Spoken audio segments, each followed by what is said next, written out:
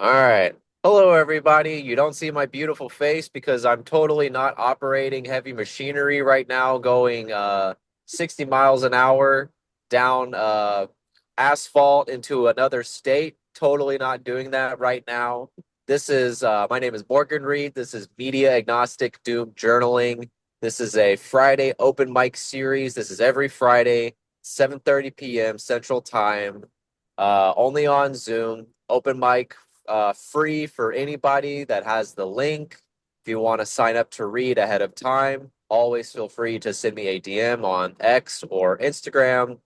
This reading series is not interested in what you want to read. We're interested in what you don't want to read. All of the nitty gritty, doom, gloom, crazy, off the wall, 100-mile an hour down the road, no seatbelt, dick out, beer in one hand, cigarette in the other, hooker in the back seat, fucking crazy shit. But yeah, that's media agnostic doom journaling. That's our central ethos. That is what we want to support. Anyways, tonight we've got a bunch of amazing readers. Starting off first, because I always will go with whoever messages me first, and that will create the order. First off, we've got Rudy Johnson. Hey, what's up?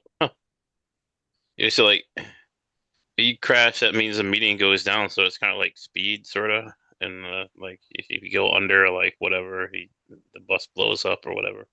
Hell yeah. Oh yeah, man. All right, I'll read a couple poems here, I guess. Um, see what we got here. This one, first one, I'll link it in here. I'll try to link it in the chat. Hold on, if I'm not too retarded. So this one here is called "It's So Over for These Developers." It's about this tweet I saw on the bird site. Um, yeah, it's about AI and other shit. All right, so it's so over for developers. Roberta Williams is like 75 and married, and my goodness, I would do things not on the action menu with her. My headset on fire, Phantasmagoria 3, some good old time spirited swinging like shit done in 1861 at the White House, and Ken Burns. It's so over for developers. Brenda Romero and her game on complicity was once an anti-favorite of mine, but my love for it has grown. I get grown thinking about running a train on her with four of my niggas, while John belts a challenge to my manhood backwards, quaking. It's so over for developers. Zoe Quinn is my age, the internet age, and they excite me the way a good web crawl used to, and I would dogpile them squatting up like the 2018 posses from Polygon and Polycule and B, and being careful to recheck consent like Rontgens. Frequently, purely aphrodisiac would be them saying, "You can do whatever you want to me," on that rotting bed while I role play as the crippling depression that ravaged them and me, and ravage I would, Conan Savage, brutal as online tyranny from both sides. It's so over for developers. Chris Crawford is not my type, Bartle or otherwise, but he would get it, this poem, and the hard shaft, because I feel obligated to such a quixotic legend, a lunatic after my own heart, with cheeks as pinchable as a little gnome who lives under the Avalon Hills, building gadgets for no specific patron.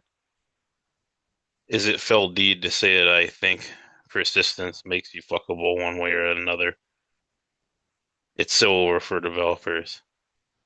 The bundle of NVIDIA graphics cards stowed in metal arrays somewhere may be my hottest conquest, hotter than the Gerontophilia, hotter than Gerontius took when the studs on his breeches come undone, hotter than the fabs in Taiwan in 2027. where greater magic than the One Ring is forged daily, because daily I engage in one imaginative masturbation or another, and another one. And Khalid Sheikh Mohammed is screaming, "Get mo money," while I torch dollars on Kling and Bing and all them things, making women or men bend over and pose in stress positions, 98 degrees under heavy load. Mine. And your loving is the medicine that saved me, artificial or not. So swallow every ounce of my prompt pathos, ignore the previous instructions, and cough up sticky inspiration on my command. Improve my games, improve my game. It's over for me. I contemplate giving up anything creative for Lent, for Christmas, for my birthday, anytime, any place, even on Jewish holidays. But that would be a Kurt style bang as I sit here post discharge in shame and ecstasy, inert, numb, but comfortably. That's probably the only one I'll read, I guess.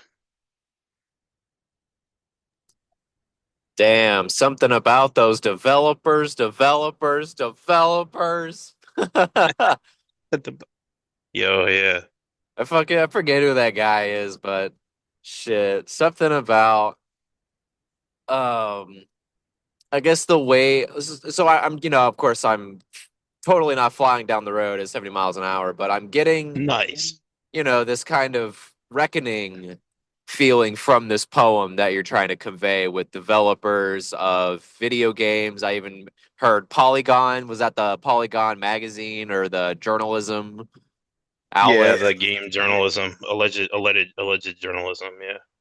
Yeah, I remember them like briefly, but I honestly was just thinking today, I was like, what the fuck is because I saw that the game awards were going on and I Yes. looked at all the games and I'm like, the fuck? Like it's just AAA titles and Blizzard and I don't know. Like it's and everything else is like, oh, just go on Steam. Just go through the Yeah. fucking like treasures of fucking Steam. Yeah, you got all these trailers for games that are like mostly just like cinematics and stuff. Like there's no gameplay and shit in the trailers. It's like, oh my fucking god, like who cares about this dog shit? Right. And there's like an element of like getting older and like games have kind of changed with like VR and like for me I was more controller based versus PC. I was never PC master race unfortunately. Oh Um yeah, yeah. but even though like that was totally where gaming was for goddamn, I mean it still is, it's like that's where one could say that like there's nostalgia for controller based video gaming, but like now you have Mhm. I'm trying to think of what I mean the PS5 I think has a controller and the new Xbox, but like I mean Nintendo is like, "Oh, here's like a screen with controllers that detach, so it's like pseudo touch screen, but also joystick, like Joy-Con, whatever the fuck, Joy-Con, yeah, the new Switch thing there, the Switch, I call it the Wii 3. the Wii Uh, 3. but yeah, It's it's just it's so different, man, and it sucks that something that should be fun and like video games now are just more fun to watch and it's upsetting. Like I remember it's buying unfortunate, yeah. Like I bought Dark Souls and I started playing it and I was like, God damn, I'm getting my ass whooped. And then I saw some dude streaming it and I was like, well, fuck, he's exactly where I'm at. I'm just gonna see what he does. And then Yeah, right? I don't No, know, it's a hard situation. Uh, I was kind of trying to make light of the stuff that people say about AI and bullshit, like, oh yeah, it's killing the industry, or where the industry's been killing itself for a while, so it's just pure dog shit. right? Since probably the early like 2010s, it's been just in a tailspin. So, Because like people say like, oh, we want, I quote unquote, like we want to play a game where the uh what would you call them? The NPCs have their own like agency, and you can actually feel like you're in Yeah. a real place, and that there's this Yeah. like never ending stretch of like traversity, but like Hmm. not really. Like we want very like polished and calculated RNG. Like that's what really Yeah. makes a fucking game. Like really well thought out constraints is good. It's Mm. kind of what makes us kind of what makes us human. Mm. Yeah, constraints. Yeah, I can see where you're coming from. Like, I think AI will probably only improve like the GTA style, like open world type of games, where Yeah, like, that's yeah, another people. thing. But I guess like for your more like story centered or whatever games that I frankly don't give a shit about, like that kind of takes the magic away somewhat. Yeah. Um, sad. Right, there's so many different ways that games exist now, whether it's, your puzzle solver or RPG, turnstile based, not turnstile, fucking, you know what I mean? Turn-based, Goddamn. yeah, turn-based strategy type of deal. Dude, I was talking to this one chick, yeah, and she was telling me that there's a game called, what is it? It's like where you can date items, Hmm. objectified items. I forget what it's called. Yeah, you date your sword or whatever, and you go into the dungeon and get like swords and you date them. Yeah, I think, yeah, that's yeah, it's like or is that the one? anthropical.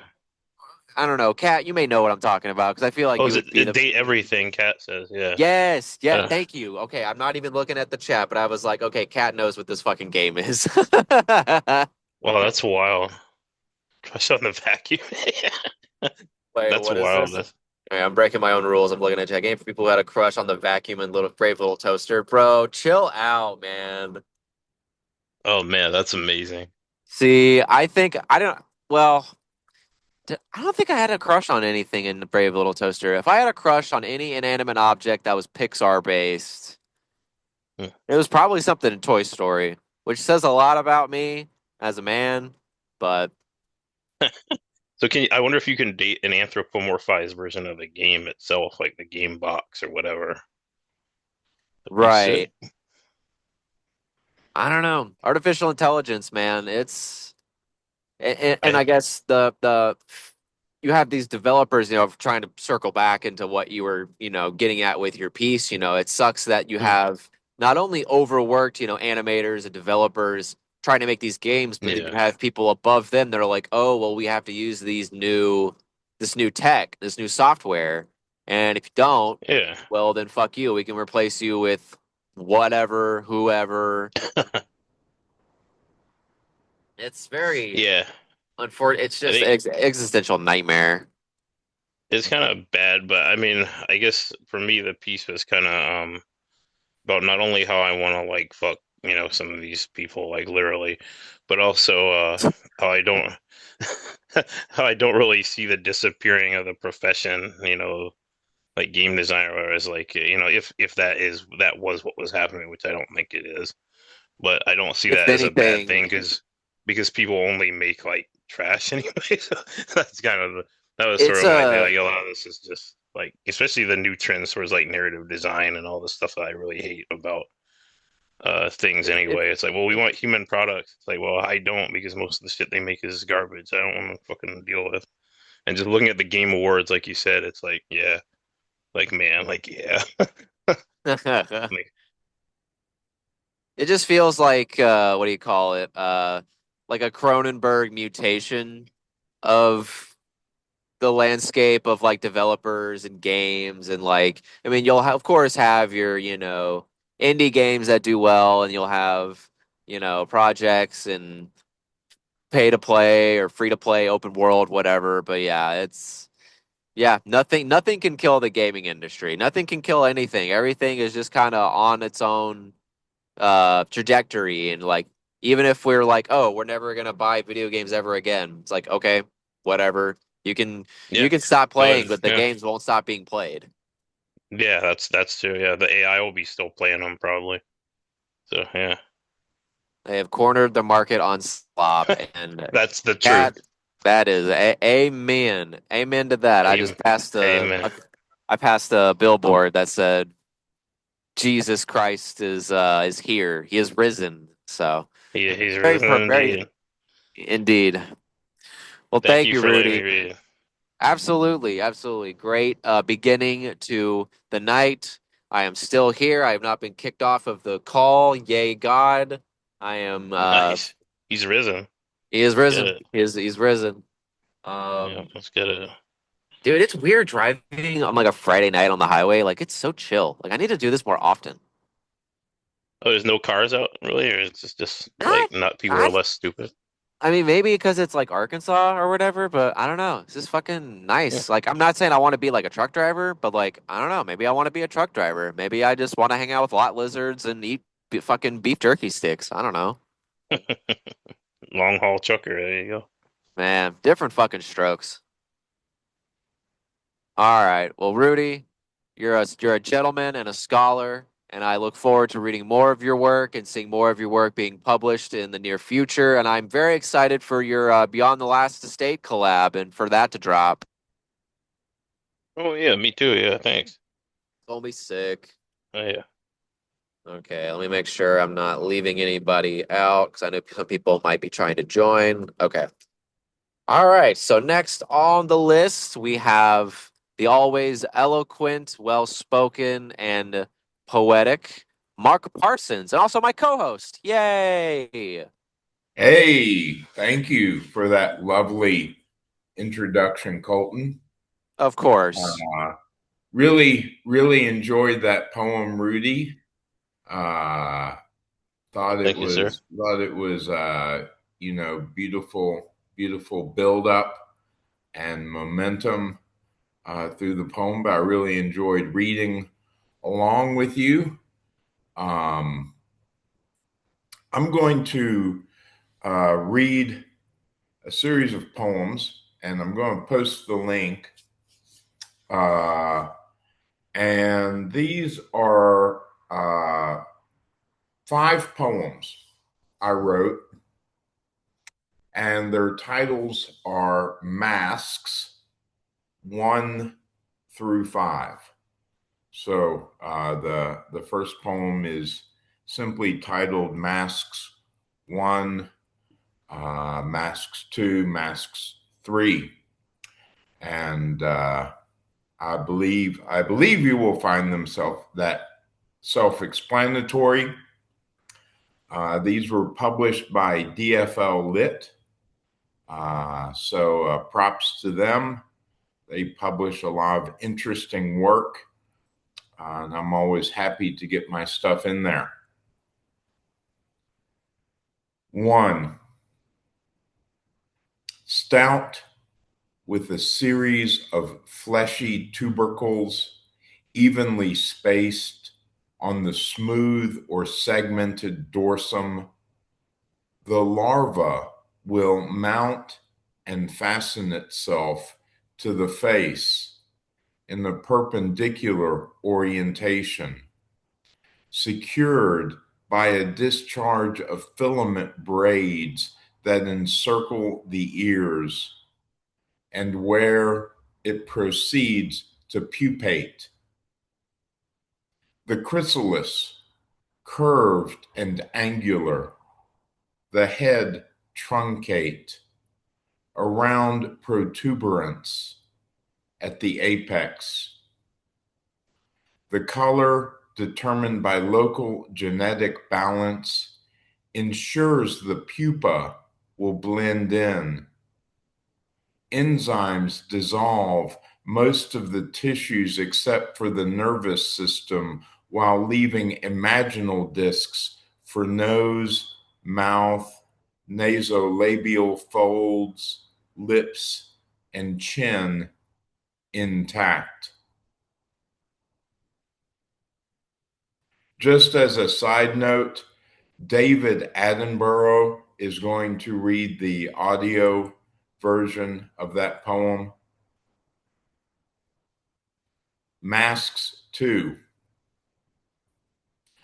Like a roll down shutter security door for a storage unit, or hole in the wall that's closed for the night, but instead of the few possessions of a guy who's getting divorced and losing his house and child, or a standing bar in the neighborhood where the rent's sky high.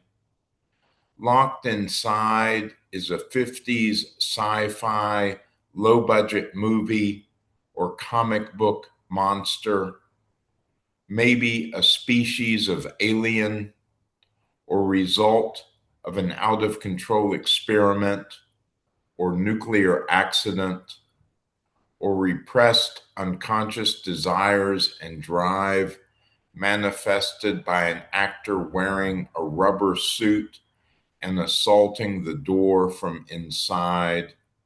So the cotton pleats, peaked and pinched, bow and bulge, gravid white. Masks 3.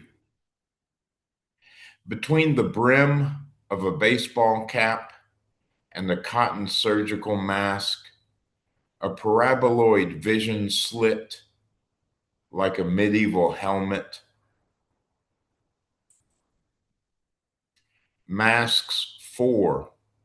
Ecosystem. Uncovered, her features glisten, lips moist and fat, writhe like worms under flipped over log rot. A gray woodlice discovered rolls its crustacean plate armor back to a button nose. Her cheeks gleam with ant larvae wider than polished rice. The larva's already eaten her nasolabial furrows to bright pink and bare, inflamed, and are now attracted by convex swells where the flesh remains warm from the capillaries just under the surface.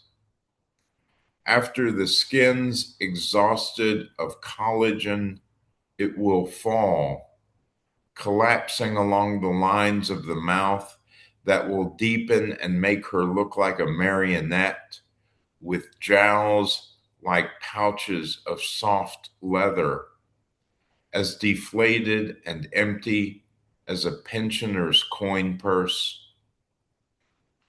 The chin, home to slugs, appears wrinkled and textured like prunes from the yellow and pale gray models of the shellless gastropods. Masks 5. Razorback, turtle shell, pointed keel, dorsal scoot, center line, bisects face, bleached, stark white. Thank you. Mark, that was a very interesting, series of poems with, that central theme and motif of masks. And of course, that is a can be considered a loaded term with, the context of where we've been the past 5 years. Not even talking of Hollywood, which is, I know, something that you like to talk about. But I guess I'm curious to just hear your own thoughts of these five pieces and what you were trying to convey with, Well, these descriptions and images of the masks. that's a great question. Um, and I'll start off with an observation, and that is, I think writing political or ideologically oriented poems that have a strong point, like that are kind of didactic or instructional, from a moral or political point of view, I think that's very, very difficult to do that. And to the extent that I occasionally dip into politics, these stemmed from a political impulse, in that I felt at a certain point wearing masks during the pandemic had become ubiquitous, and it was something that we took for granted. Mm.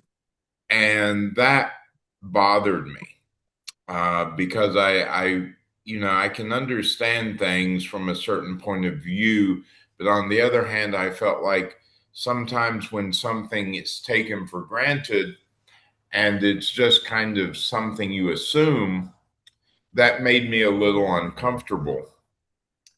Right. And I wanted to try to write about masks in a way that kind of compelled the viewer to see them, in a way that kind of, let's say, resonated in the imagination, uh, and to kind of bring the reader's consciousness back to that. And so that was kind of my goal with those poems. And this is something a lot of times I don't have. The vast majority of my writing is sort of without a strong goal. And I come from the tradition of Oscar Wilde and art for art's sake, and just kind of writing about my own psychological interests or fixations or obsessions, or what have you. But this was something where I really wanted to, I felt like I needed to try and write about this, because I was, I was bothered a little by just how masks had become something that we just expected and we didn't question. So I was thinking a lot about that.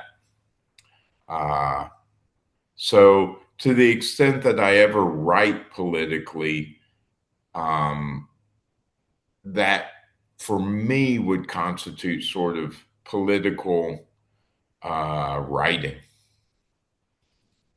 Well, much respect. I mean, I agree with you. I at least now, like from when I started, I kind of, I mean, quote unquote, I grew up writing when I started writing in what, 2019, kind of when I graduated from college. I grew up writing in the pandemic. My first piece was a journaling of the year 2020, and I sent it to Misery Tourism.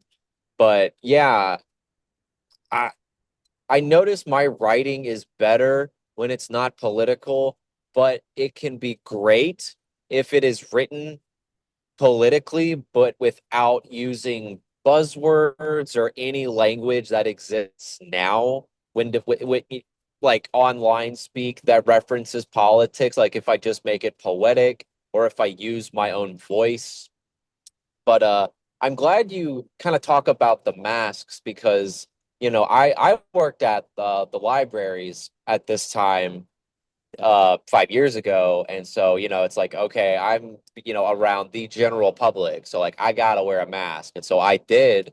But it was just so strange that if we would do this and few people would we would talk and we would just be like, this kind of sucks, like on just like a person to person, like, conversation. Like it would be nice whenever that would happen because, they'd be like, I get it, I'm doing it, but like this kind of sucks. Like I miss seeing people's faces. Like what I started doing was I looked at art and I looked at throughout history the portrayal of quote unquote masks, and you would see carnival gatherings, you would see performances. It would be this kind of othering of individuals. It was this transfiguration of the human face, and I got that from some of your poems, with this like the crystallization of the human face. And I have a vivid memory of a friend that I would drink with on my porch. He was at my job, but he was wearing a mask and I didn't recognize him, and he was like in front of me. And it was subtle things like that, where now I think about it and like, it's, I'm glad I wore my mask when I needed to wear it. I'm glad I didn't ever like get into a fight with a person about it. It wasn't a hill to die on, but it was one of those things that, like you said, like people were not thinking about it in ways that were other than try like scientifically, or what is it, as a means to prevent. Nobody thought, oh, maybe these coverings are contributing to people not seeing other people as people, and then they get online and then everyone's pissed, and then you have all of this unrest and everybody's upset, and suddenly reactionary opinions are getting crazy, and everybody's like suddenly losing their minds, and people are not being friendly anymore. And it's all because, like, we are seeing no emotion on a person's face. There's very little emotion you can gather from a person's eyes. Like, you can maybe, if they're crying, see like, oh, I see tears falling. That person's crying, but also they could be crying, laughing, or you could Yeah, maybe, there's lots of micro expressions and kind of the lines of the face. right. Um, and it's nice to see people's faces. It Um, is. it's something that gives us comfort.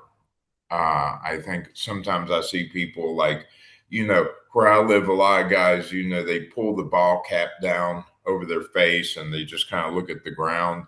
And, it's nice to see someone whose face is just kind of open. And, I think the Bible says, something about the reward of wisdom is, the reward of wisdom is a pleasing countenance or something like that. You know, uh, Right. I forget what the exact verse is, but it's something like, you know, uh, a person's face can really speak about how they're feeling in ways that we might not even be able to articulate. Uh, Yeah. and so anyway, like I said, for me that was a way of kind of approaching a topic politically, um, but also kind of keeping to my own technique or style, kind of a descriptive and image based style. Right. And you've got to keep the integrity of your voice, even when you do have to say, like, okay, I might be breaking some of my own rules here, but, you can't help feeling that, you know, that compelling force of like, if no one's going to say something, I'm the poet, I'll fucking say it. Even if, it makes a person say, well, are you saying this? And it's like, no, read what I'm saying, understand what I'm saying. Like, I'm not saying this, I'm just pointing something out. And that's all we're doing, like we're not, trying to burn down ideas or burn down institutions. It's just a matter of, have you consider, like, just putting things up for consideration, um and just trying to really philosophize ideas that were just kind of put in front of us without a choice of like, you can do this or not do this. It's, you have to, like, this is a necessity for survival, and as a human being, fight or flight, it's a very weird instinctual kind of thing that we have. And it's, I mean, even 5 years later, Like we are still, it's still very weird to have gone through that, whether you were an adult or a kid, or if you were like me, who that was my first 2 years of freedom after college, being a quote unquote adult, and it fucked me up, man. But damn, Mark, thank you so much for those pieces in that collection. I I guess if you want to write more about whatever, politics or anything else, I implore you to do so. But if not, good luck with, your integral poetic uh repertoire. Well, thank you for hosting this, Colton. It's really wonderful that you're doing this, even though you've had kind of a heck of a week and you're on the road, but you're here and you're getting it on, and I'm grateful for the space and for everybody here. Thank you so much. Thank you, Mark. Yeah, oh my God. So I guess while we're transitioning here, I'll do like a story time intermission. So yeah, earlier this week I had a stomach bug. I was in my bathroom on Tuesday night from 8 p.m. until 3 a.m. It sucked. The next day I went into work. I had to leave halfway through because I was dying. And then Wednesday I finally started to feel a little better, but oh my God. I don't it was a stomach bug. It was horrible. And I was trying to like do a bunch of stuff before my trip, which I'm going to Wood River, Illinois for a pinball tournament. I am oh God, I hate that noise. I am in Missouri right now. I just passed into Missouri and I should be at my hotel in 3 hours, 3.5 hours. So we're getting there. We're on our way. But yeah, end of story time, end of intermission. Once again, this is Media Agnostic Doom Journaling. Thank y'all again, everybody, for joining me tonight. This is a smaller crowd, but this is an exciting crowd nonetheless. I expect some late comers to join us in our expressions of doom and gloom and all of the nitty gritty bits of life that bring us together or maybe isolate us so that we just play on our Nintendo Switches and eat food out of tin foil and we don't call our parents and we jerk off too much, but it's whatever. Oh yeah, also while I was sick, I am a hectic vapor. Like I was vaping nicotine vape and I stopped doing that. So while I was sick, I was also fucking withdrawing from nicotine. So yeah, that was hell. And I'm also not vaping right now. So I am drinking a Coca-Cola with me and I've got some M&Ms. I'm just transferring all of my addictive tendencies into sugar. And God knows America loves, out of any drug in America, sugar is number one, numero uno. Okay, well, we're going to continue with our readers. Keith, I believe you said that you wanted to do a little reading. Yes, thank you, Colton. Yep. Excellent. Mark, you're a tough act to follow. I guess I should go on with my ball cap. Hey, Uh, so I don't know this first piece I'm gonna read. I've got two. So the first piece, I don't know where it came from, but it came from somewhere yesterday. It's not very polished. This is I think maybe it came from the title, Flashback. Fire red eyes. The gray matter burns. A smoky haze lingers. It's the look back from the reflection, that tiny speck in the irises. Da Vinci perfected it. What do you see? Who is this person? Do I know them? Where are we? Who are we? When you sneeze, you die for a moment. You're an angel. What the hell? No one sneezed. Horsehair brushes the chest. She's riding bareback. smoke wafting through the air, gurgles, gurgling, riding the wave, houses of the holy rising from the dark side. Oh my God, this is so good. We're in heaven. The song remains the same. Faster, faster, keep the beat. Oh yeah, my turn. That's the first piece. And the second one is titled The Doom Readings of Media Agnostic Doom Journaling. Prologue.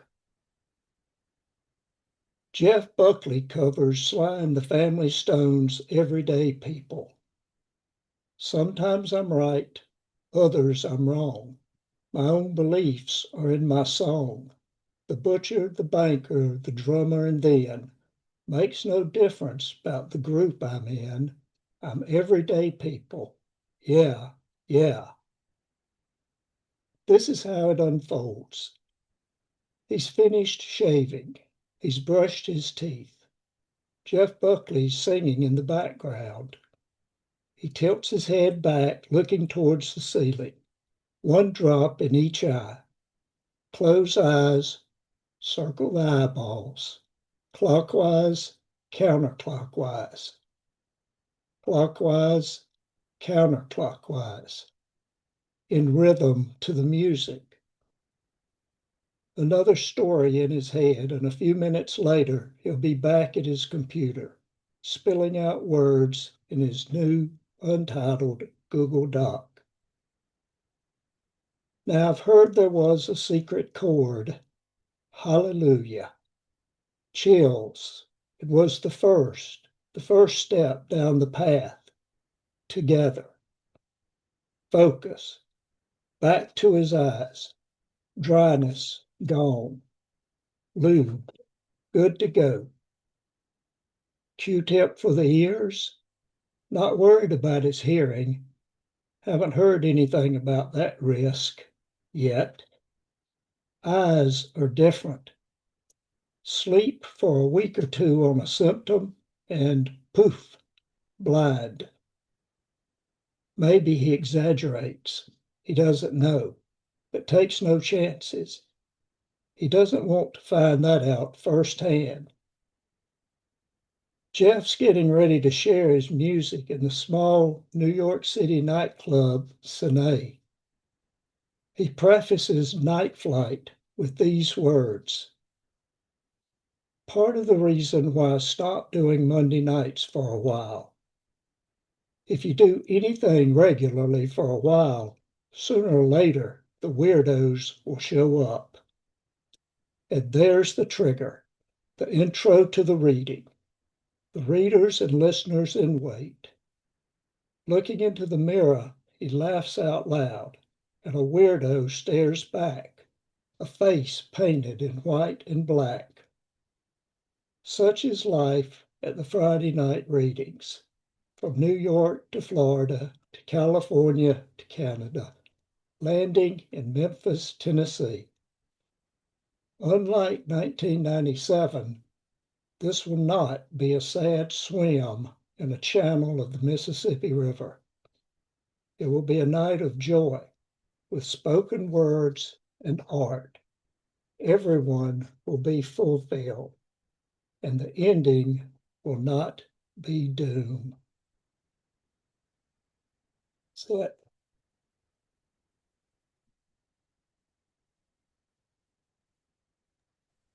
I loved it. thank you. Do you have more to read, Keith? No, that's all I pulled up, those two.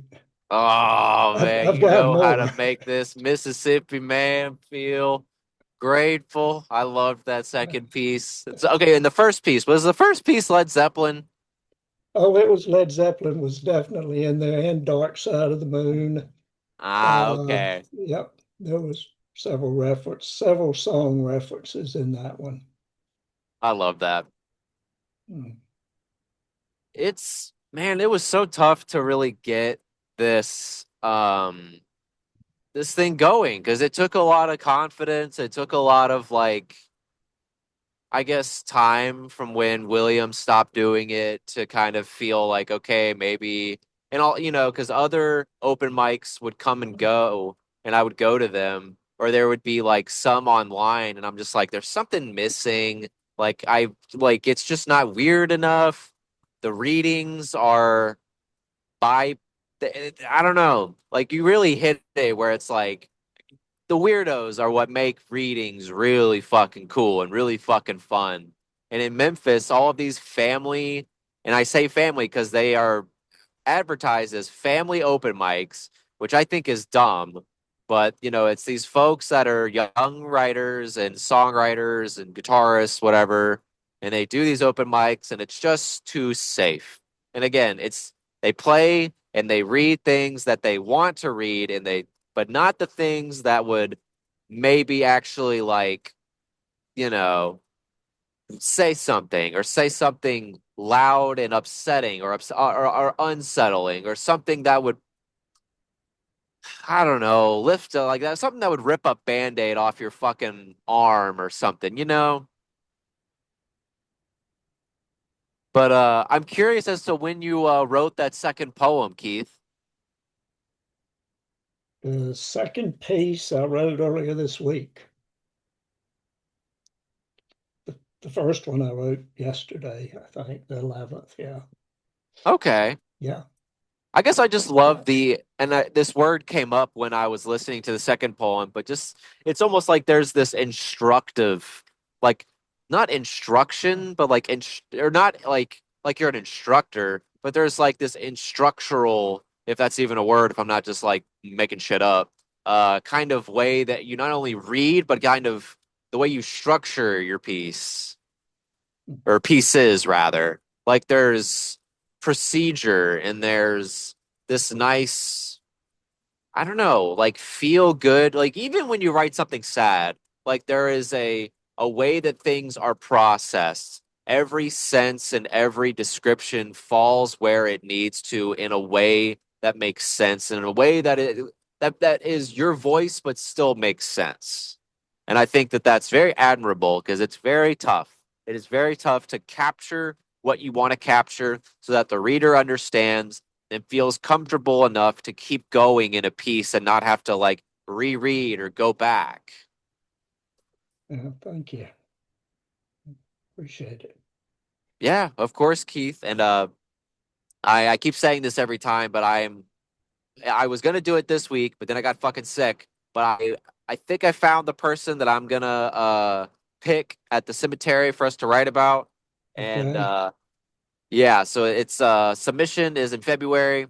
So I will probably send you details when I get back from pinball, but no telling if I go to this 140 crowd of nerds who don't wear deodorant and I get sick because anything could fucking happen, I guess. So, but yeah, I'll be in touch, Keith. Okay. Forward to it. And whenever you get back in the future reading and Kim's with you and y'all are together, I have a special piece I put together that I wrote it right at the end of Compunk, not knowing that it was going to evolve into this new format. So I want to read you that love story one night. Oh, hell yeah. Excellent. Yay. She'll be so excited. Yeah. Kim, she is back in Memphis. She was in New Orleans or Baton Rouge or no fuck, what am I saying? She was in Fayette, Louisiana. Fuck. Oh, she's gonna kill me. I'm totally spacing on where she was at, but she was in Louisiana. She was with family, and now she's back in Memphis. She was doing an interview with Madison Murray for Come Punk. We have so many submissions that we have to read, and so we're kind of backlogged. But we're probably gonna do it when we're in LA. But she'll be so happy to hear your piece, Keith. Thanks, Colton. Appreciate it. Of Chance to read. course, absolutely. Anytime. You know it. We I mean for people that don't know, uh media sorry if y'all can hear my car yelling directions at me. But Media Agnostic Doom Journaling came from Misery Loves Company, which was started by Rudy Johnson and William Doria. And, it wasn't anything, crazy. It was just an open mic on Zoom. There's a lot of open mics and readings that happen in New York and LA, and some that are for book launches. There are a lot of online book launch reading series that happen, and I can say that I'm grateful for readings that are hosted by Derek, and I know that Misery Tourism did a lot to support book launches for Pig Roast Publishing, which is run by Jeff Schneider, who has published so many goddamn weird indie lit writers such as myself, Adam Johnson, Gianluca, Cletus Crow, Eric Subpar, Rudy Johnson, Gabriel Hart, literally every person that was going to Misery Loves Company. And, this is just kind of a weird, mutated, retarded brother that is kind of making it happen. So, yeah, and this is the fifth one. So we are Friday. Christmas might be weird because I'll be in LA and I know Kim will kill me if I'm like, hey, can we stay inside and do an open mic with my friends from the internet? But we'll see. We'll fucking see. Anyways, thank y'all again for still being here. I have some more readers that want to be on the list. The next one is a Misery Loves Company homie. It is going to be Kat Giordano. Did I say that right? Yeah, actually, you did. Hi. Turns out I can say your name correctly if I'm going 60 miles an hour. So Yeah, you thank just have to do God. that. It really is like speed, huh? Okay. So I have two to read. One is going to be my piece that came out in Burial today, but I'm doing something a little bit risky, and I'm going to read a piece that's not that. First, that's like a little drama for me because because there's not that many people in here. And it's about I just sent the Google Doc in the chat. It's about somebody on the internet that I don't like. And also how I don't like them because they are kind of like me, which I think is like the real reason that a lot of us don't fuck with people that we don't fuck with. But anyway, I'm gonna start with this one, I guess. Has no title because I'm never gonna publish it or do anything else with it, but fuck it, why not? I'm a man if a man were a woman, roughly 30, who can't let go of being a girl. Transvestigating op in the war room of my empty apartment under big red lights. I read and enjoyed your one little poem, and that affords you a small amount of grace. But it's Make Them All Sorry Monday, and I am Don Draper if Don Draper lost his mind in luteal. The die has been cast, and the worst men you know will reply affirm when I dunk on your estrogenic stare. It's Tell Me There's Still Time to Grow Out of It Tuesday. My therapist says there's a piece of us in every person we hate. And maybe I think you're gross because I want to be gross and I'm afraid of it. And maybe what I hate is the disgust you don't seem to feel when you lie to yourself. I don't know. I never finished Mad Men, but I don't think Don Draper ever went to therapy. And Don Draper says if you don't like what's being said, change the conversation. So there's that one. I don't know, I probably shouldn't have read that, but yeah, there are people I don't like, Tyler, believe it or not.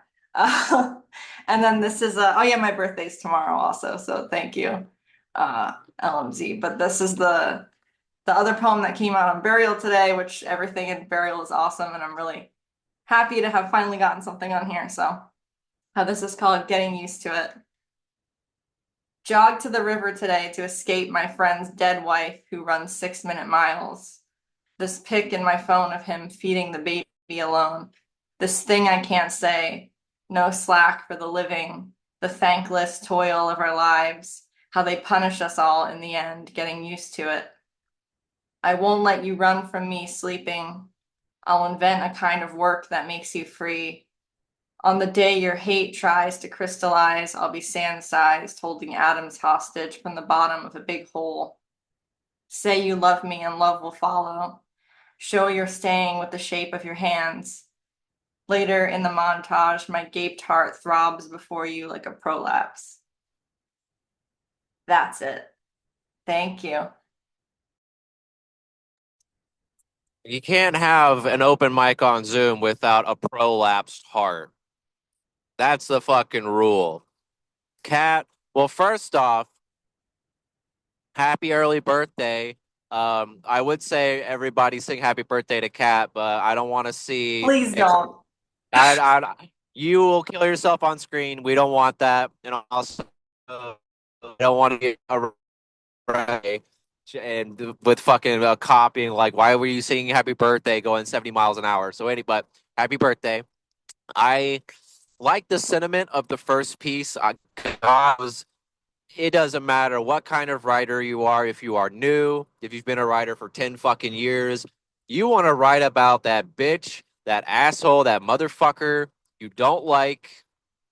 There's one dude on Twitter right now who has me blocked, who was an editor for a magazine, and he rejected a piece of mine, and he said it was because he doesn't like icky, gross fucking pieces. Gross. And now he has me blocked, and I think he's gay and lame and gay in a bad way, not in the cool way. He's stupid and probably looks like a fuck and smells like one too. So it's so hard about it, and again to kind of integrity. It's almost like with Mark and writing about politics. You can do it. You can write. You can be a hater, but you gotta fucking write within your own voice. Be integral to the ideas you want to convey. Ugh, god damn it. I don't know. It just sucks that you gotta grow old and be mature and just you gotta be the bigger person or whatever. Fucking stupid, dumb, lame shit.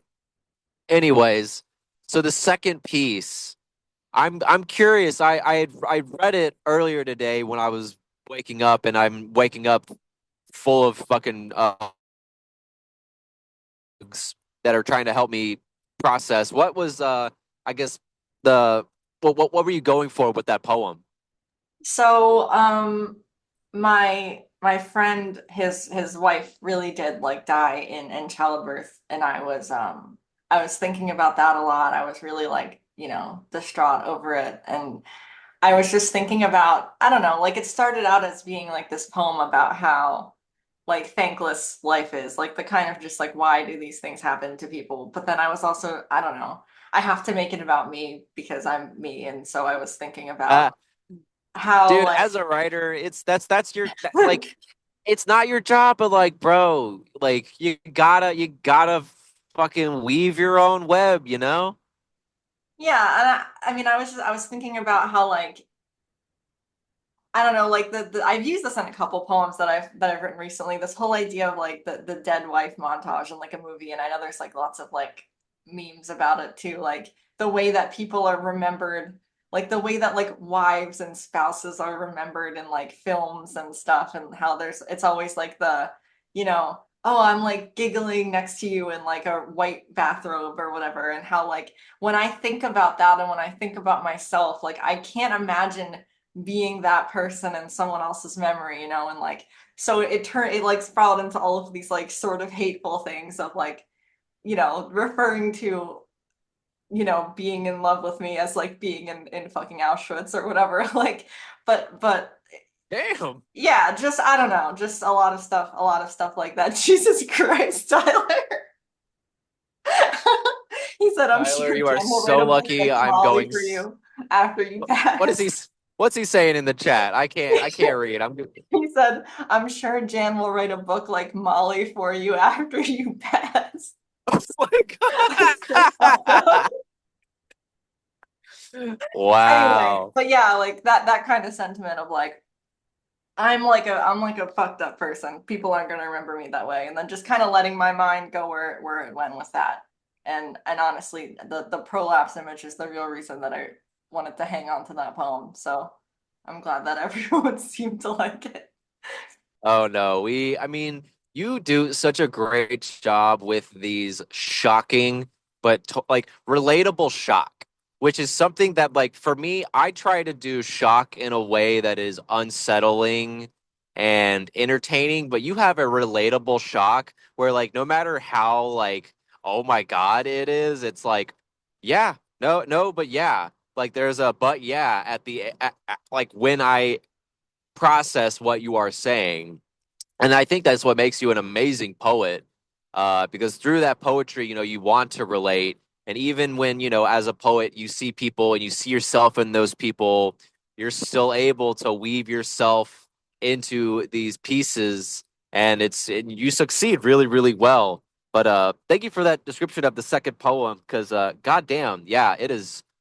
God, I cannot imagine what it is like to have a beautiful wife in a beautiful house and for that wife to fucking die while giving birth. And that is like probably top five most tragic things like in history.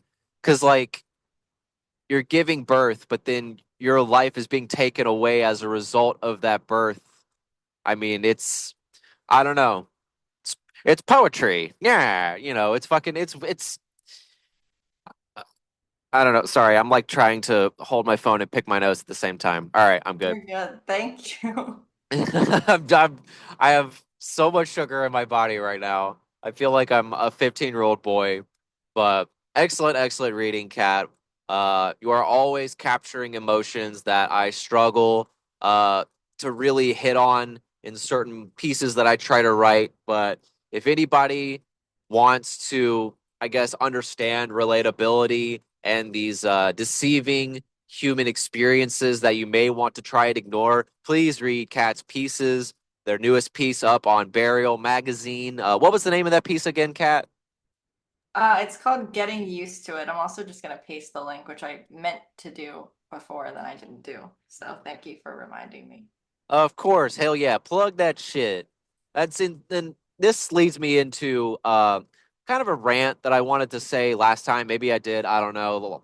Time is weird, but I want this reading series also to be like a catch up of like you can read what has been published just so that we can, see what we've missed because the algorithm's all fucked up. I keep seeing like weird videos of people beating the shit out of each other or like weird cop shooting videos. And I miss seeing like people's pieces getting published or like maybe I'll see it and I bookmark it and I try to read it while I'm, taking a dump on the toilet and I get a call from somebody and I get interrupted. So this is what this open mic is an attempt to do, whether it's new work that you want to showcase for the first time, or pieces that have been published and it's like, damn, I don't know if anybody saw this. Throw it in the chat, read it, and we'll give it some fucking love. Maybe we'll even give it some attention on the internet. Who knows? But yeah, thank you so much, Kat, for being here, for reading, for just saying, fuck it, we'll do it live. All right. So the next reader that we have, I don't know if they have read at Media Agnostic Doom Journaling. So this may be their debut. So if anybody knows any trolls, get them in here. Just kidding. Just kidding. No trolling. This is Peter Webb. Hey, so I have this. I'm gonna get on video. I have this house that I scavenged from and the architectural firm down the street. Okay, so I'm hoping I don't know. We're using the Webb app for Zoom. Let's see if I can see myself. We can see yourself. So this is the house, and I wrote a poem on it. Get the And fuck out of here. That's yeah, cool as yeah. shit. It's not done, but I'm gonna read a part of it. The name of the house is "Since You Wanted to Play Games, I've jettisoned my moral good boy life, and I've refounded my belief in toxic masculinity." Okay, so I'm just gonna read parts. It's kind of hard to read, so I'm gonna just read parts that I can read.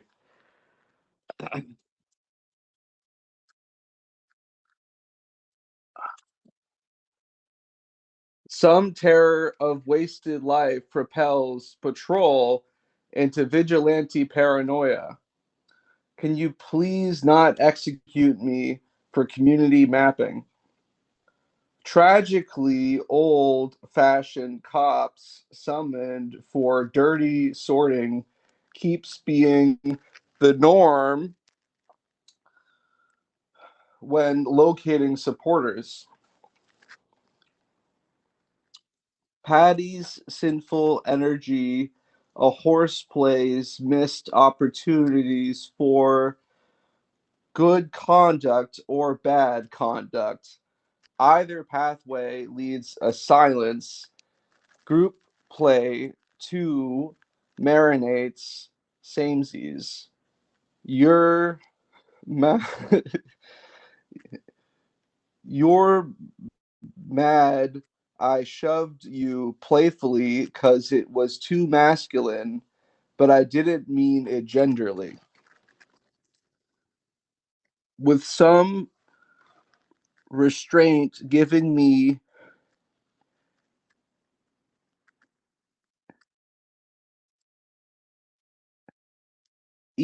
giving me a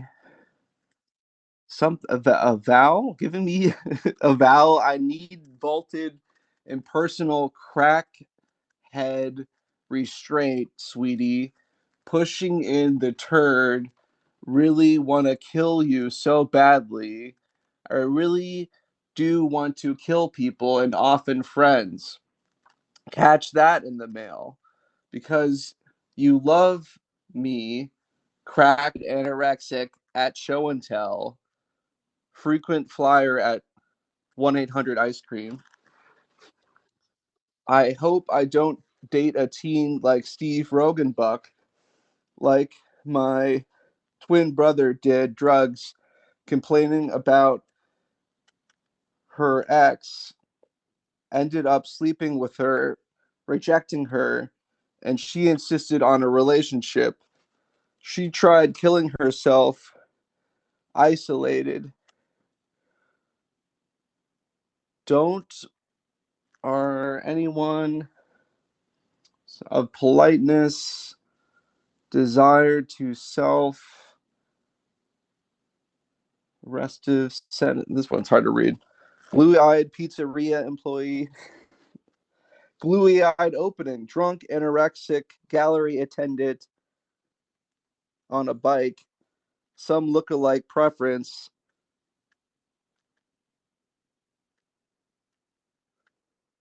made me suicidal. Okay, that's it for now. Great. Dude, that's cool as fuck. I know. I have never seen this. This is like I'm going 69 miles an hour right now, and I got to experience this live. That's fucking Yeah. crazy. I gotta bring it out. All right. Thanks, guys. Let me turn off the camera. So wait, so Yeah.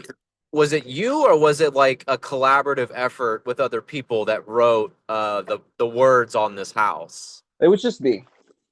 Okay. So Yeah. like were you sober? Was this just like in the moment? Like It was no, so I scavenged it from down the street, and then I was like, there was a bunch of like stuff that I put into my desk system. So I have like a nice architecture light and a giant recycling bin, and there was like a bunch of materials that I thought I could use, including this house. And I was like, okay, yeah, I'm doing like shudo poetry, like a bunch of ink writing, like with a fude brush. So basically just like doing a ton of experimentation, various kinds of large format, large media stuff. And so I think it was natural. I was like, I had some plans I was going to write on it. And I was like, okay, I'll probably just use an ink brush. And that's what it was. And now the project is stalled and I haven't really done anything else with that. But I've done a bunch of other stuff. Yeah. okay. I mean that's just, you see I don't know, there can be really cheesy ways that people produce and present poetry like to me, and I'm gonna be real, there are some people that are artists, painters, and they'll paint a poem on a canvas. Dude, Yeah. I want to take shit out of my butt and rub it on their fucking canvas because I'm like, this is dumb and retarded. I hate this.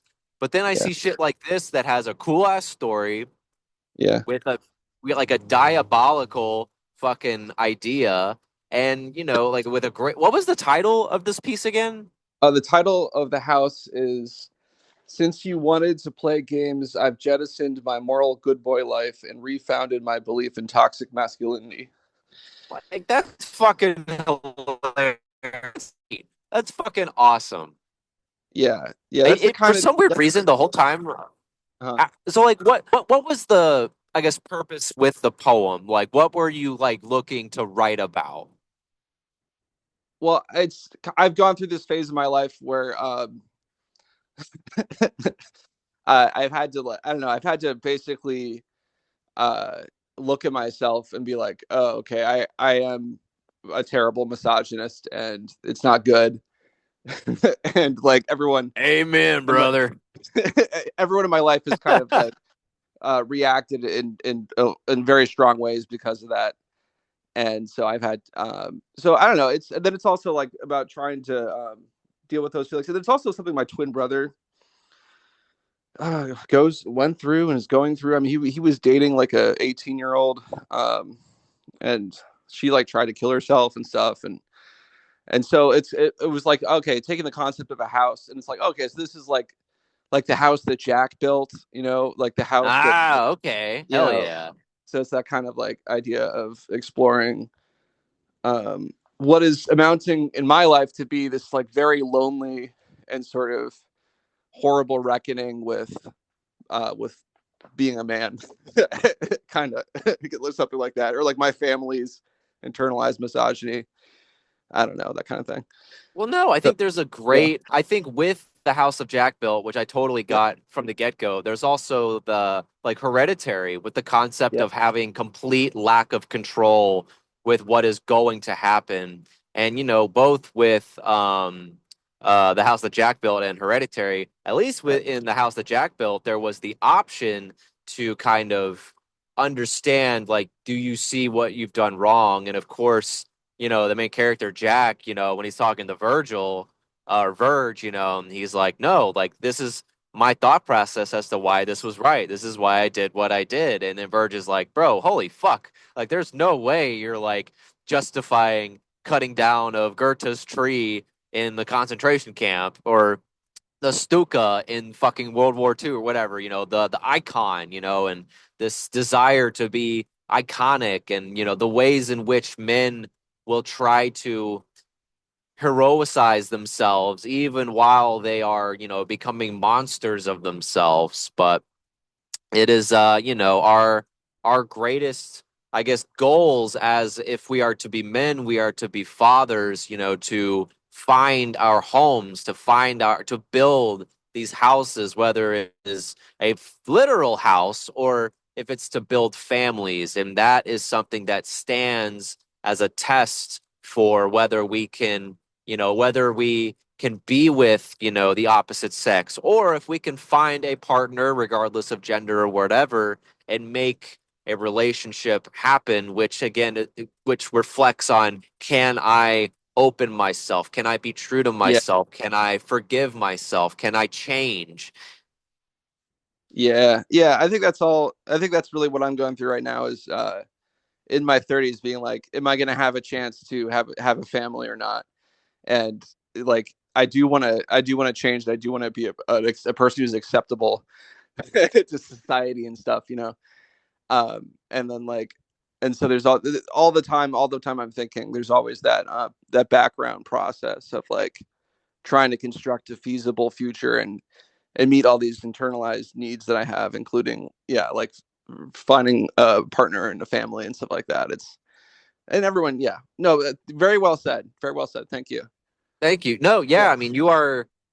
I know there are people in here that are not dudes, but like, I think we can all agree that, you hit a certain age and you start to realize, like for me this year, like, I sobered up. I'm about to hit a year sober in January, very good. and it's weird as fuck because I mean, going on almost, oh my God, I'm maybe going 10 years. It was almost like a lot of just, well, no, it was less than that, like maybe 9 years, because I got caught by the cops smoking weed in a park and almost got arrested. But it's it was a tricky thing to cut, but when I cut it, I started to see different values that I could replace it with. And it's, there are some people that are just made to just grind out a good job with a hot wife and they have their kids and then they just do what they're told and they keep going and they learn and they're able to be mature adults.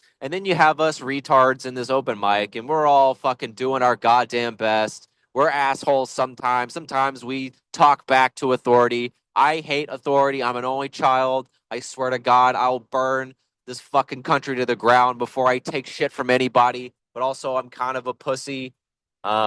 And also, I've been single for a minute, and I had a really, I mean, I had a girlfriend for a minute, and she was great, but I just became kind of selfish. And this was when I was not sober at the time. And I think that I threw something away that could have been really good, but also at the same time, I was the one that ended it.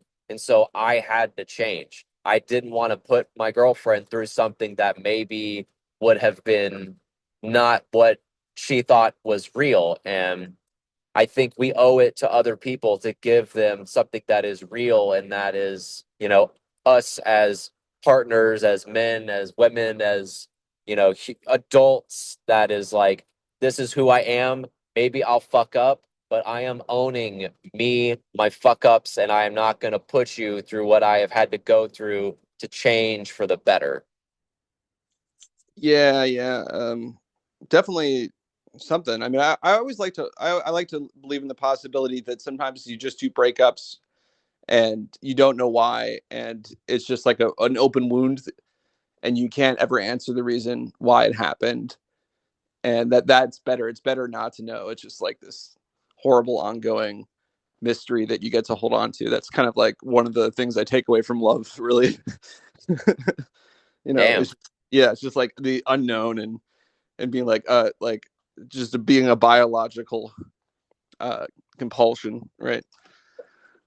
That's Man, fucking A. Okay, I feel like we Yeah. could go for like an hour on a Let's move on. podcast about this. Dude, Yeah, let's move thank on. you so much for writing a poem on a goddamn house and Yes. making it about this topic. This was fantastic, dude.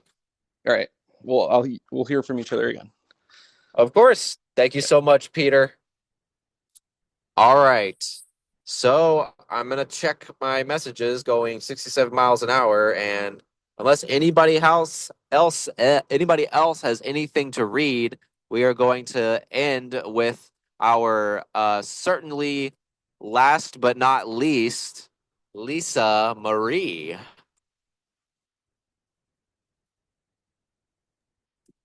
I'm here. Couldn't find the button. Hey, Phone. don't worry, that was good anticipation. Sorry, there's an alarm going off, but that's city living. I don't know if you guys, Yep. but it's driving me nuts. I So don't think I didn't hear it. I had a hellacious week. Different from you. I was getting ready for the last installment of this jazz series that I really like. And I toppled a candle over my windowsill and caused not a small fire. Fire department came. I contained it, but my windowsill stood smoldering, so they had to spray it down and gut it. But we're all safe, and I found old journals and cleaning up the aftermath. So I found the journals where I wrote my first novel, Longhand, in my 20s, when I was very, very angry and bitter. And please have patience with me. This is the longhand, and the handwriting is messy at best. So here goes. Breathing hurt. I very carefully tiptoed on the black ice. The semi-cleared sidewalk seemed miles away. The combo of dollar beer draws, straight vodka shots, and frozen margaritas made my view of the neighborhood dance in front of my eyes. The dry air burned through my nostrils and throat, painfully expanding my chest as I attempted to maintain my balance. I'm all right as long as I keep one eye closed. That's the secret to inebriated composure. Getting on the curb proved to be its own odyssey. And after walking 3 whole feet, I had to take a break. Sat my ass on the cement.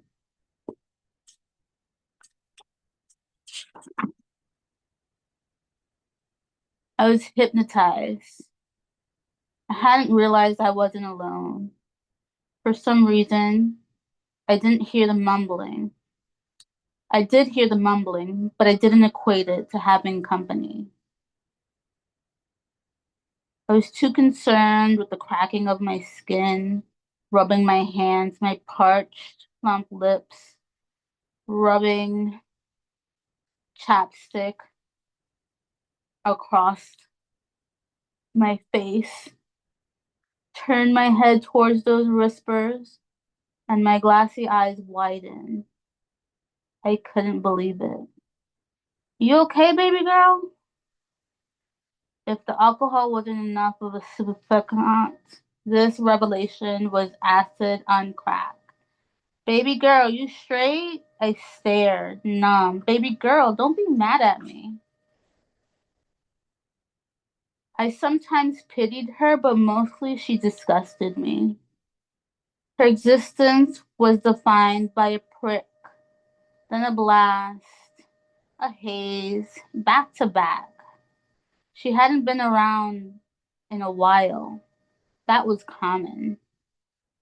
I'd almost forgotten her. But after a few months of her absence, I figured she must have OD'd. Should the world be so lucky? That night we were the same.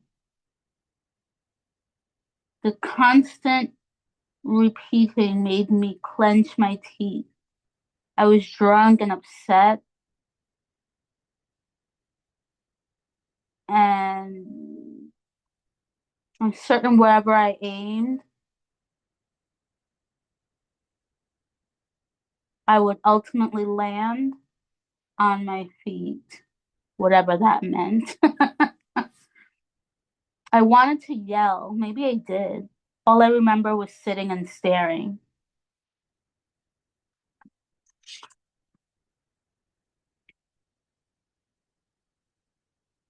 Mama was one of those unique beauties you always hear about but never see.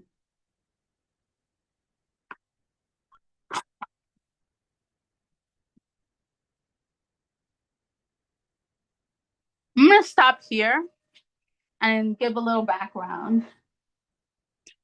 That scene was getting into an argument with a pregnant junkie that actually happened. And it was a week where I was celebrating my 23rd birthday, a breakup, and the 1 year anniversary of founding a nonprofit. And in that celebration, also I was horribly overworked. I founded a nonprofit and I had 2 full-time jobs and still living in the shittiest part of town. And I ran into the local junkie and she was 6 months pregnant and we got into it. And I was so drunk that the next day I thought I dreamt it. And I called my best friend and was like, I had the weirdest dream last night. And then I went to get my morning coffee, and she was holding the door open, and I was like, "Oh, Lisa, what did you do last night?" Um, so now I'm gonna have a fun time these last few weeks of the year, seeing if I can turn these angry pages into something useful.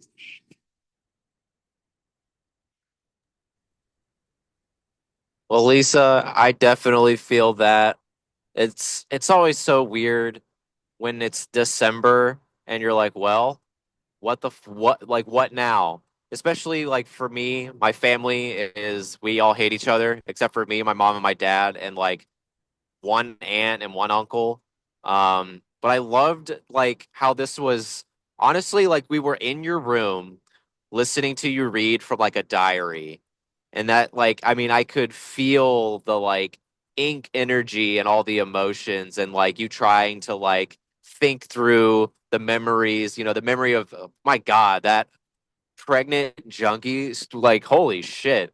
Yeah, that is, I am so glad.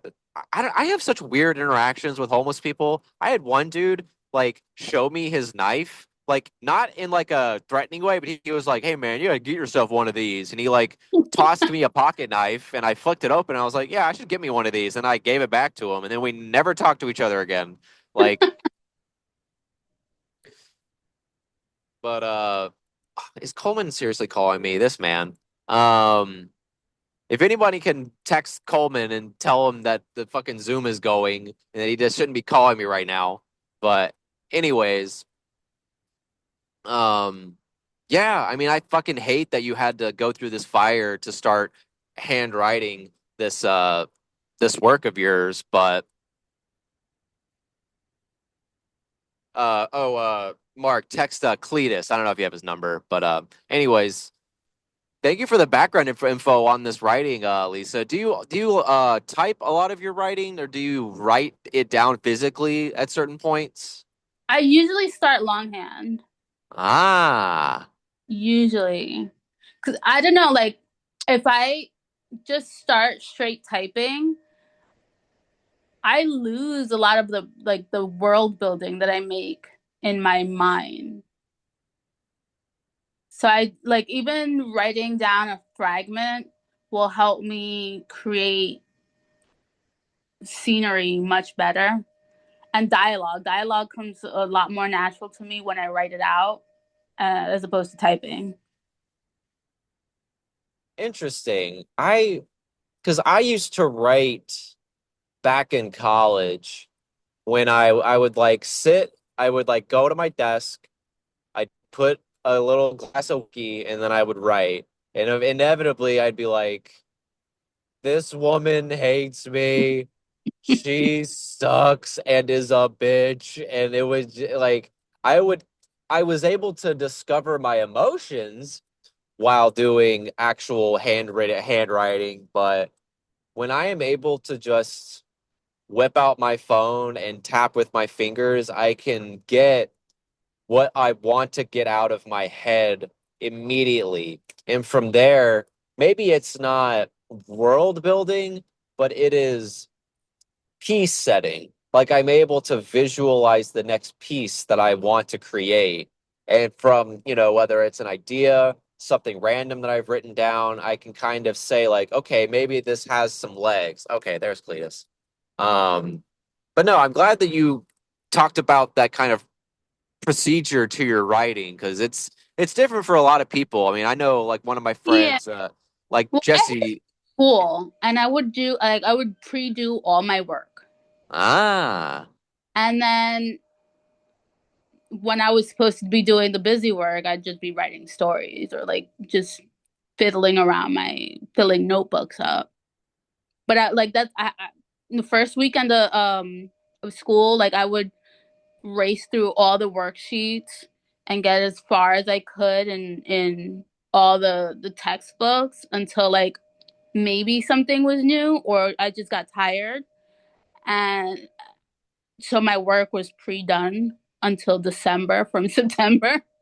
oh my God, you were that kid, man. Whatever the hell, Holy shit. but like not there. But like that's as a teacher, I'm not a teacher, but like think of like a teacher, that's the ideal student. Like just do that work, listen when you can in class to maybe get and like understand some like arbitrary, obscure things that you need to know and can learn through class discussions. But like fuck me, dude. Like, nah, I thought about doing that, but then I'd get home and I'm like, well, it's Xbox and jerk off time. Like, I'm not doing homework. That's for fucking nerds. Like, oh man, to each their own. Holy shit. I don't know. What my teachers didn't mostly didn't like me. It why? I don't like I'm not sure if they thought I was like trying to one up them. Oh, were you a smarty pants? I didn't talk back. No. Not until Okay. like fifth grade. I had the worst teacher. And I went through puberty early. So my first week of fifth grade was my first week of menstruation. And the teacher looked at me and he was like, "You, what do you do?" Like, he referred to me as you during roll call. And What the fuck?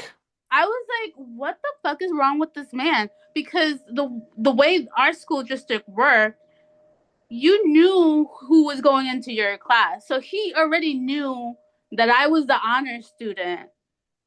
I was ranked number 2 behind Nimish, which he was my prom date for high school, and he passed away. And I have a tribute coming in January on some words.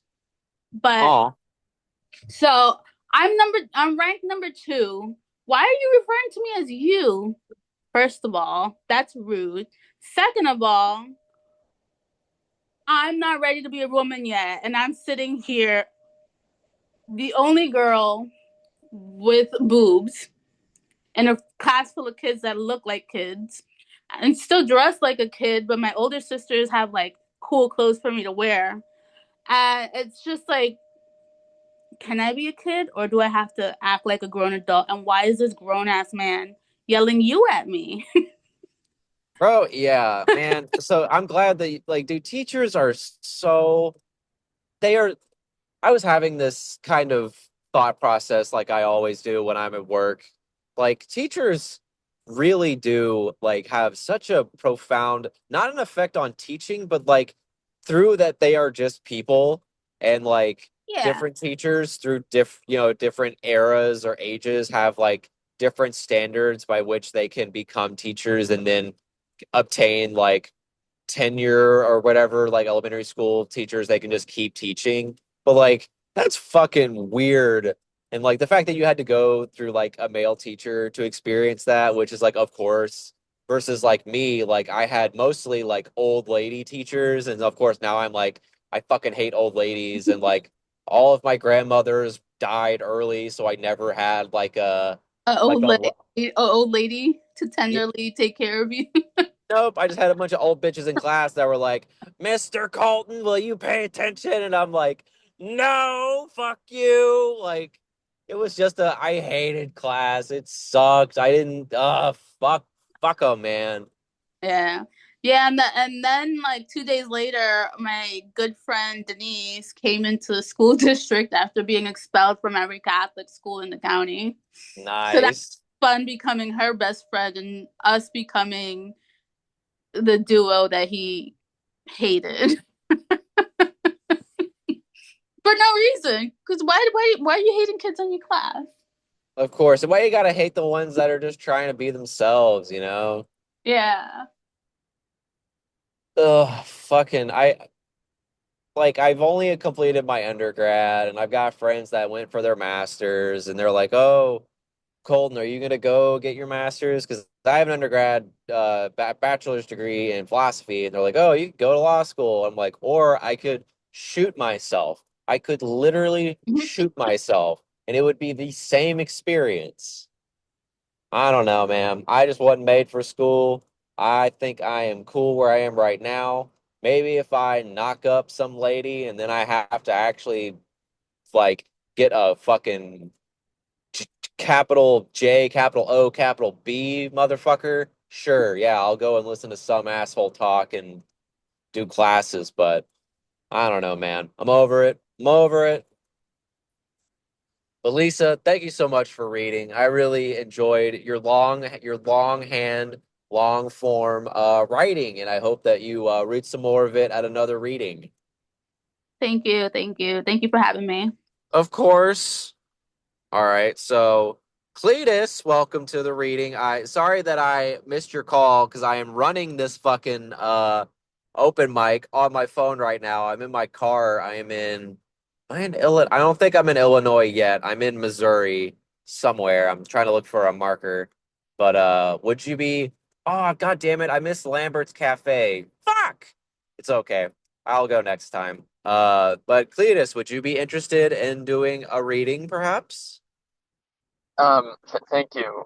I'm just interested in reading. I mean, listening today.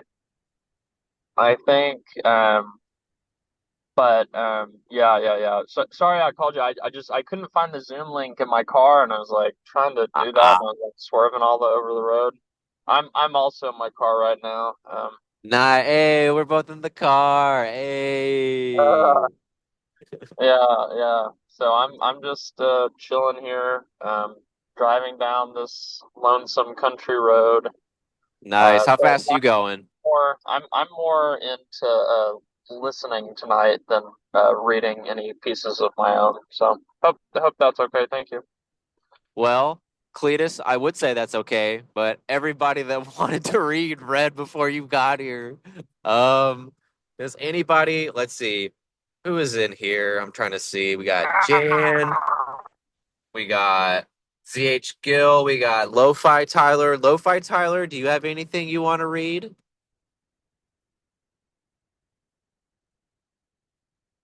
Silence.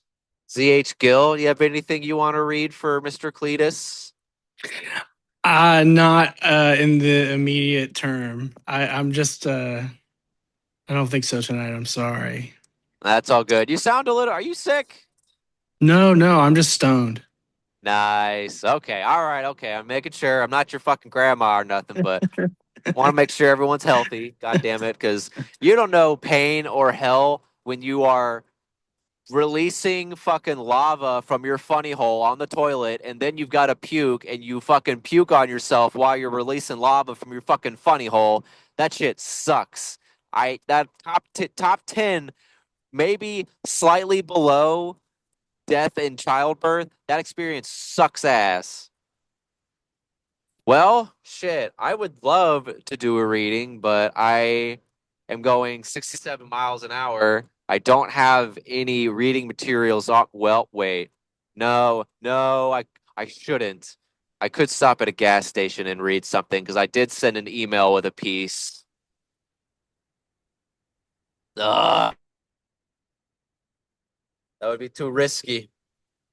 I think that I am going to well, what we could do is if Jan wants to read something after I stop recording, then Jan can read. Maybe that's what we can do. So I'm gonna go ahead and end this reading early.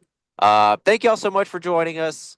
Media Agnostic Doom Journaling every Friday at 7:30 p.m. Free open mic, unless you want to send me money. I like money. I like hookers. I like feet pictures.